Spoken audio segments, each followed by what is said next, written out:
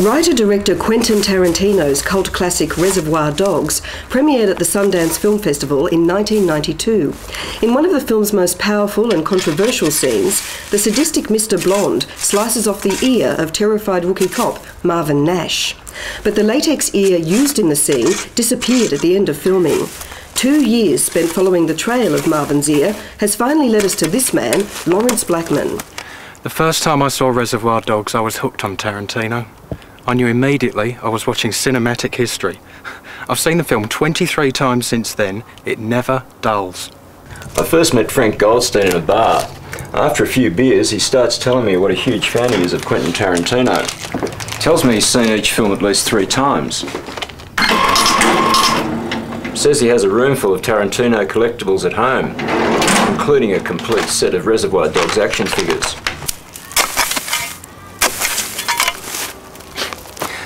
For some film buffs, movie fandom becomes an addiction. They lose control. Star Wars groupies, Kubrick fanboys, Truffaut disciples, they're all the same. They become obsessed. Frank was one of them. And Ray knew it.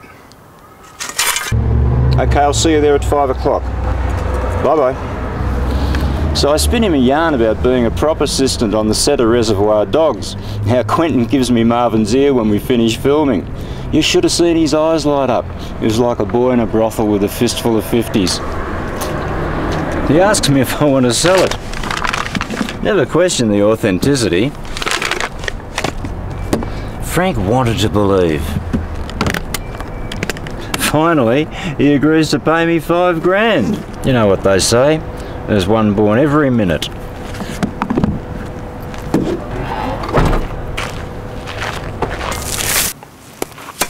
One day my brother Roger calls me. Roger's mad about Tarantino too. Runs a fan site on the internet. Vice president of the official Tarantino fan club.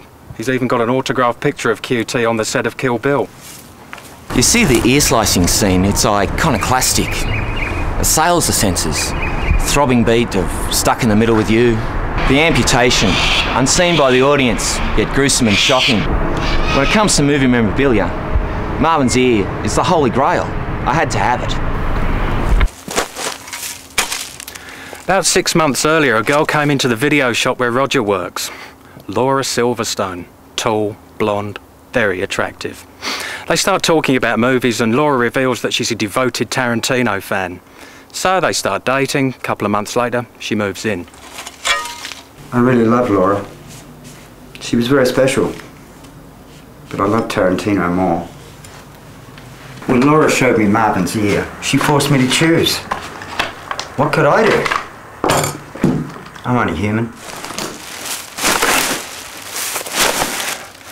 A few months later and it was all over for Roger and Laura. One night he came home to find she'd gone. Not long before they met, she'd lost her fiancé Frank. Maybe she still had issues. It's terribly sad though. Thought Roger's heart was going to break. It happened the night Frank proposed to me. I'd waited 4 years to hear him say those words. Will you marry me? It should have been the happiest day of my life. But of course then he told me about the ear, and it all changed.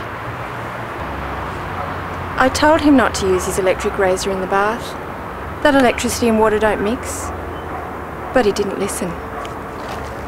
Roger was pretty agitated over the phone. Said he needed to speak to me urgently. So I went to the store to see what was up. That was when he showed me the death threats. He was convinced someone was going to kill him to get the ear. He was right. It was about 3 weeks after Laura's funeral that I got the first letter. I thought it was just a sick joke. 3 weeks later, the second one came. I was starting to get nervous.